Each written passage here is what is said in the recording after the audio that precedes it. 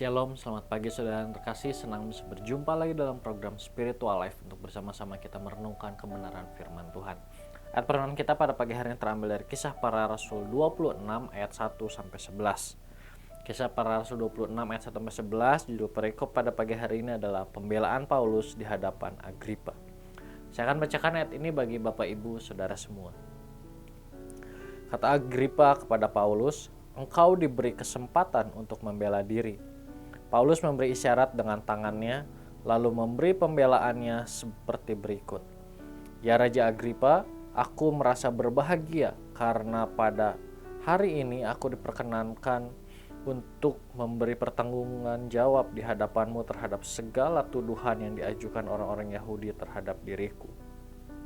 Terutama karena engkau tahu benar-benar adat istiadat dan persoalan orang Yahudi. Sebab itu aku minta kepadamu supaya engkau mendengarkan aku dengan sabar. Semua orang Yahudi mengetahui jalan hidupku sejak masa mudaku, sebab dari semula aku hidup di tengah-tengah bangsaku di Yerusalem.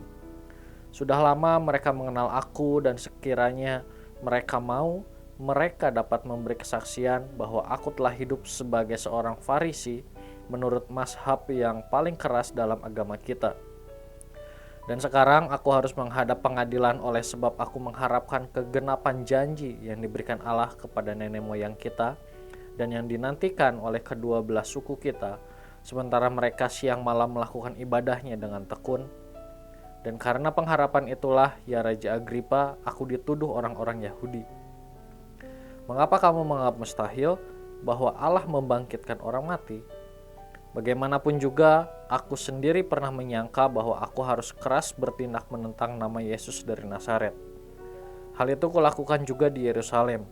Aku bukan saja telah memasukkan banyak orang kudus ke dalam penjara setelah aku memperoleh kuasa dari imam-imam kepala, tetapi aku juga setuju jika mereka dihukum mati.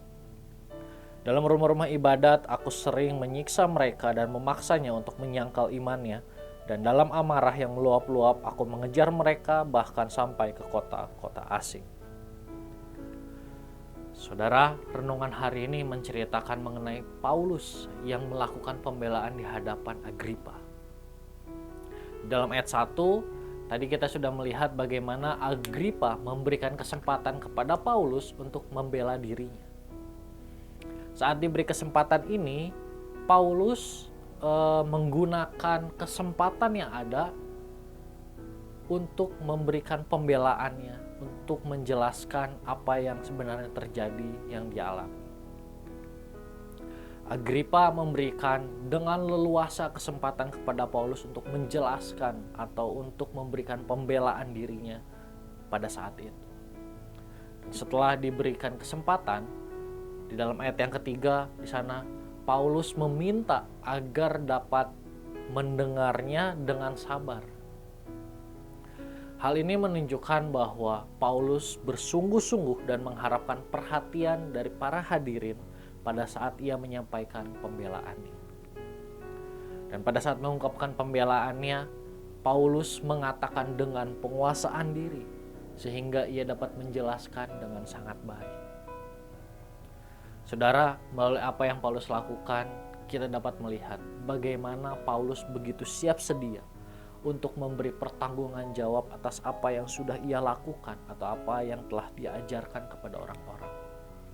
Sehingga saat diminta atau diberi kesempatan untuk memberikan pembelaan atau pertanggungan jawab, dia dapat langsung menjelaskan dengan bijaksana dan penuh penguasaan diri.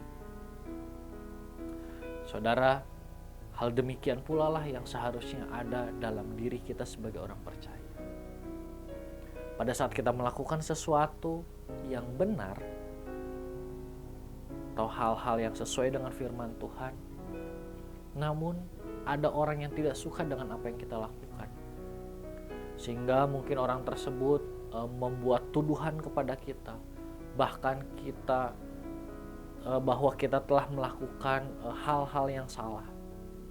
Maka seharusnya ketika hal itu terjadi dalam diri kita, seharusnya sikap kita seperti Paulus. Kita tetap bijaksana dan menguasai diri kita.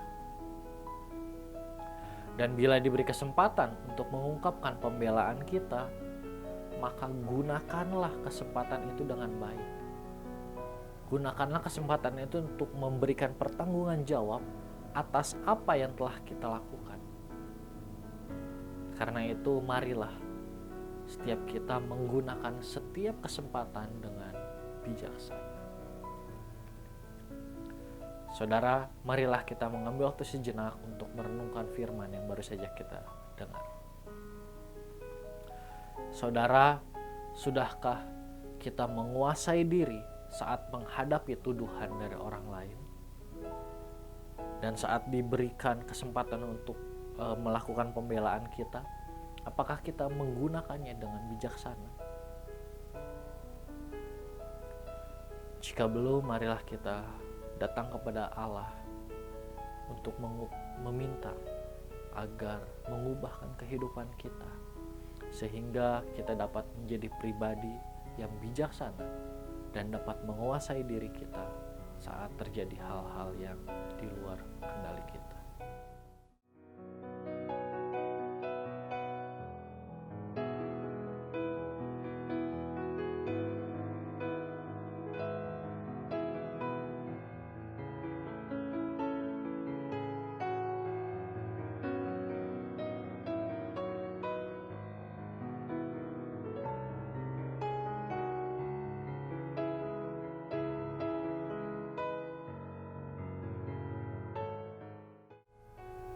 Mari kita akan tutup firman Tuhan hari ini di dalam doa. Mari kita berdoa. Tuhan, terima kasih buat firman Tuhan yang kami renungkan pada pagi hari ini. Melalui firman Tuhan mengajarkan pada setiap kami untuk setiap kami dapat menguasai diri kami, dapat bertanggung jawab atas apa yang kami lakukan, atas apa yang kami ajarkan, Tuhan.